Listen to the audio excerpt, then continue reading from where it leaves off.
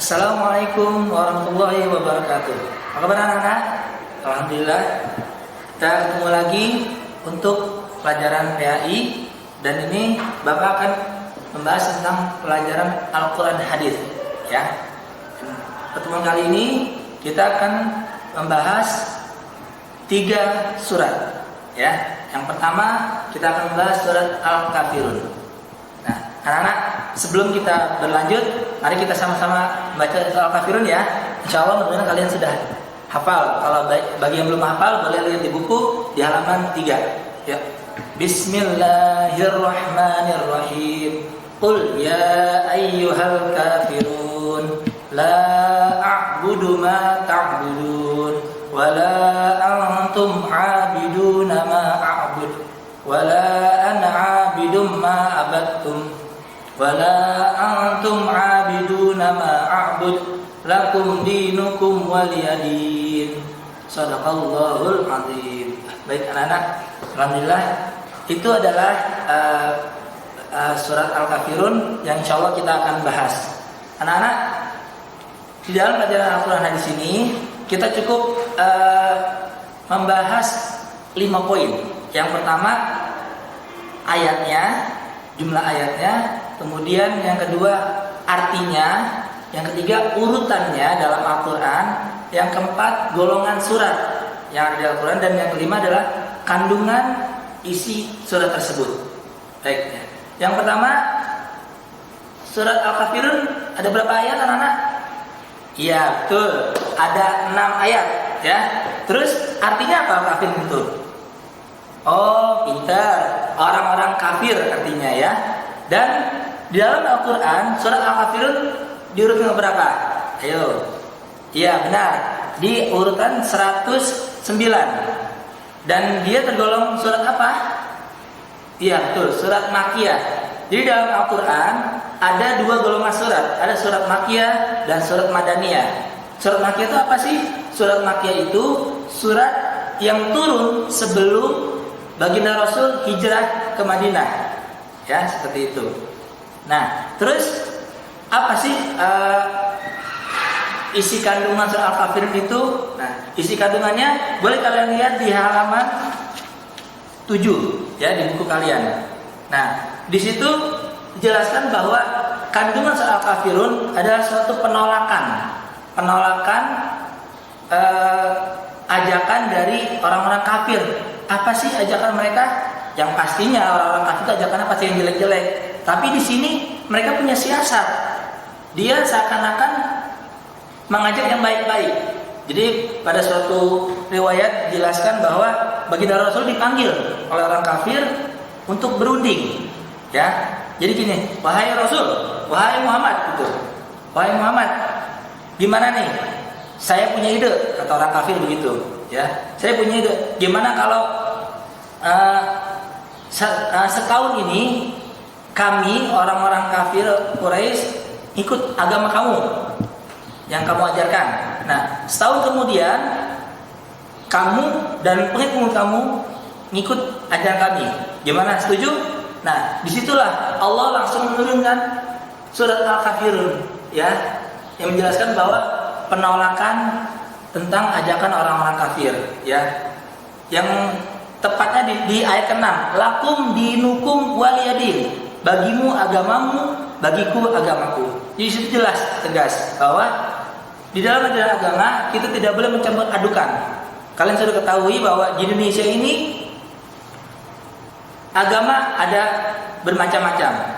Islam, Kristen, Buddha, Hindu, dan Konghucu. Sebagai contoh, misalnya gini, kalian punya teman di agama lain. Contoh misalnya Joni, ya. Joni beragama Kristen. Nah, suatu ketika kalian diajak nih sama Joni untuk datang ke gereja dan beribadah di keyakinan si Joni. Nah, kita boleh menolak, tapi tidak boleh dengan kasar, dengan lemah lembut. Kita bilang saja, oh maaf ya Joni, saya tidak bisa ikut ibadah kamu karena saya punya keyakinan sendiri. Gitu. Ya, seperti itu caranya.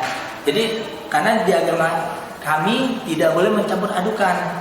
Ya, kami punya ibadah sendiri dan kamu pun punya ibadah sendiri. Ya. nanti ketika kita bermain boleh kita bareng-bareng seperti itu.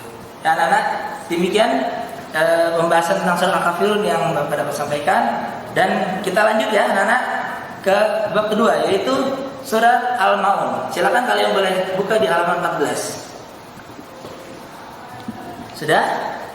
Baik. Nah, di situ jelaskan surat Al-Maun ya. Bagaimana yang tadi Bapak sampaikan, kita cukup memahami 5 poin untuk pembahasan surat. Tapi sebelumnya yuk kita bareng-bareng ya, kita baca surat Al-Maun. Bismillahirrahmanirrahim. Ara'aital ladzi yukadzibu bid-din, fadzalikal ladzi yad'ul yatim wa la yahuddu 'ala ta'amil miskin, fawailul lil musallin alladzina hum an salatihim sahun alladzina hum yura'una wa yamna'una al-ma'un. Shadaqallahul azim. Ya, baik. Itu kalau yang sudah hafal alhamdulillah, yang belum hafal kalian siap-siap untuk menghafalkan ya. Baik. Nah, anak-anak, surat Al-Maun ini apa sih artinya? Iya, benar. Barang-barang yang berguna atau bermanfaat. Nah, terus surat Al-Maun ada berapa ayat? Ya, ada 7 ayat, betul. Dan di dalam Al-Quran, surat Al-Maun itu urutan ke berapa sih? Iya, benar sekali. Urutan ke 107, pintar. Nah, terus kalau golongannya, yang tadi Bapak jelaskan, golongan ada Makkiyah, ada Madaniyah. Termasuk golongan mana dia? Iya, golongan Makkiyah, karena turunnya sebelum Nabi dan Rasul hijrah. Nah, terus kita akan bahas tentang kandungannya. Kalian boleh lihat di halaman 18 dan 19 ya, di buku kalian. Nah, di dalam surat Al-Maun, pendusta agama itu ada 5. Nah, mudah-mudahan kalian dan Bapak dan semuanya tidak termasuk ke dalam pendusta agama ini. Apa sih yang pertama? Yang pertama itu orang yang menghardik anak yatim. Pak, menghardik itu apa sih Pak? Menghardik itu mengejek, ngatain, kemudian menjauhi. Ya, nggak boleh. Tetap kita bersama-sama, ya, gitu. Justru malah anak yatim itu harus dirangkul karena dia kan sudah kehilangan orang tuanya. Kita bantu untuk membahagiakan dia, ya, seperti itu. Yang kedua apa? Yang kedua, orang yang tidak mau memberi makan fakir miskin. Ya, kalau bahasa kitanya apa? Pelit. Nggak boleh kita pelit, ya. Pak, memang kita harus ngasih makan orang miskin doang. Ya nggak apa-apa. Kalau mau ngasih orang makan sama orang yang mampu juga boleh. Cuma kan diutamakan kita memberi makan kepada orang yang fakir miskin, karena mereka kesusahan makannya. Kita alhamdulillah nih, kalian pasti rutin dong makannya dong, sehari 3 kali, ya pagi, siang, dan sore. Nah, kalau orang fakir miskin itu belum tentu, bisa jadi hanya sekali dalam sehari.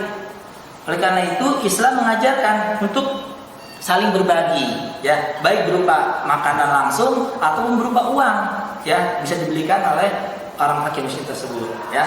Dan yang ketiga apa? Yang ketiga itu lalai dalam sholat, ya. Maksudnya apa sih Pak lalai dalam sholat? Lalai dalam sholat itu bisa dikatakan nggak mau sholat, nggak pernah sholat, lalai seperti itu. Ada juga lalai sholat itu adalah dia rajin sholat, tapi sholatnya diundur-undur. Tahu undur-undur nggak?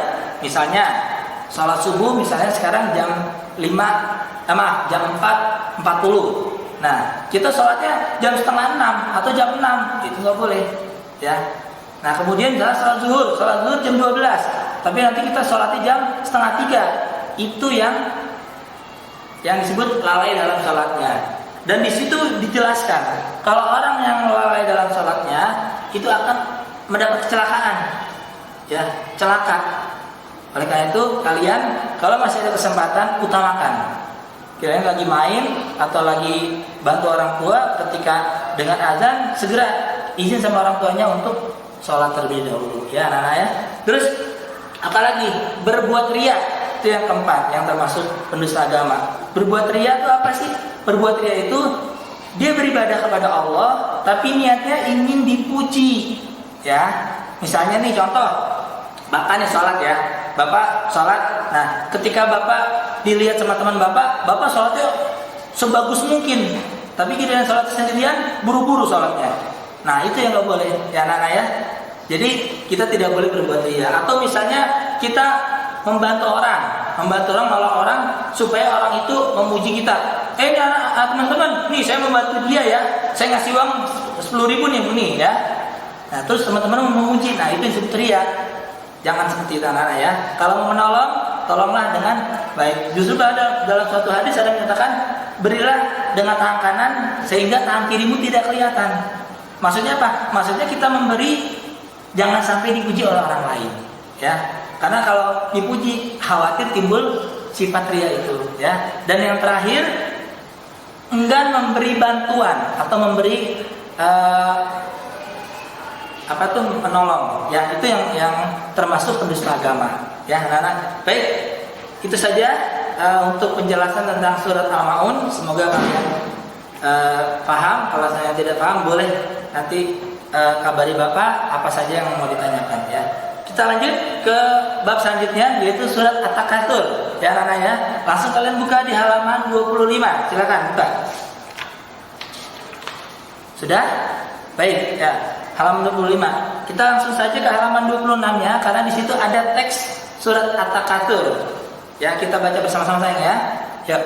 Bismillahirrahmanirrahim. Alhaakumut takatsur hatta zurtumul maqabir kalla sawfa ta'lamun thumma kalla sawfa ta'lamun kalla law ta'lamuna ilmal yaqin la tarawunnal jahim thumma la tarawunnaha 'ainal yaqin thumma la tus'alunna yawma idzin 'anil na'im. Shadaqallahul 'azim. Ya, baik. Anak-anak, At-Takatsur bagi yang sudah hafal, alhamdulillah. Bagi yang belum hafal, terus dicoba ya, dibaca-baca terus dan insya Allah lama-lama hafal. Baik, surat At-Takatsur ini sama seperti surat yang sebelumnya yang kita bahas. Kita ambil 5 poin. Pertama, ada ayatnya, kemudian artinya, kemudian urutan dalam Al-Quran, golongan surat dan kandungannya. Anak, At-Takatsur ada berapa ayat? Ya, pintar. Ada 8 ayat. Ya. Kemudian artinya apa At-Takatsur itu? Ya, bermegah-megahan artinya. Bagus. Terus di dalam Al-Quran urutan keberapa? Ya, benar. Dia urutan ke 102, ya. Dan termasuk golongan surat Makkiyah juga, ya, sama seperti surat-surat yang sebelumnya, golongan Makkiyah juga, ya, yaitu surat itu turun sebelum baginda Rasul hijrah ke Madinah, ya. Terus apa sih kandungannya, kandungan surat At-Takatsur ini? Nah, di dalam surat At-Takatsur bukan berarti Islam melarang kita untuk menjadi orang kaya, bukan. Ya, bukan. Jadi di sini kita hanya diperingatkan oleh Allah untuk tidak bermegah-megahan, tidak terlalu mengutamakan kehidupan dunia, mencari harta, tidak, ya. Kita justru malah diutamakan beribadah kepada Allah, ya. Sebagaimana dalam satu firman-Nya yang artinya, tidaklah aku ciptakan jin dan manusia kecuali hanya untuk beribadah kepadaku. Jadi pada dasarnya kita nih sebagai manusia Allah ciptakan untuk beribadah kepada Allah. Tapi kan nggak mungkin setiap hari kita ibadah terus. Kita harus seimbang dengan urusan dunia. Kita perlu makan, kita perlu pakaian. Makanya dengan cara kita bekerja, mendapatkan uang, kita bisa makan, bisa membeli pakaian dan sebagainya. Ya, oleh karena itu di sini hanya dijelaskan bahwa kita tidak boleh terlalu berlebihan dalam mengejar dunia, ya, sehingga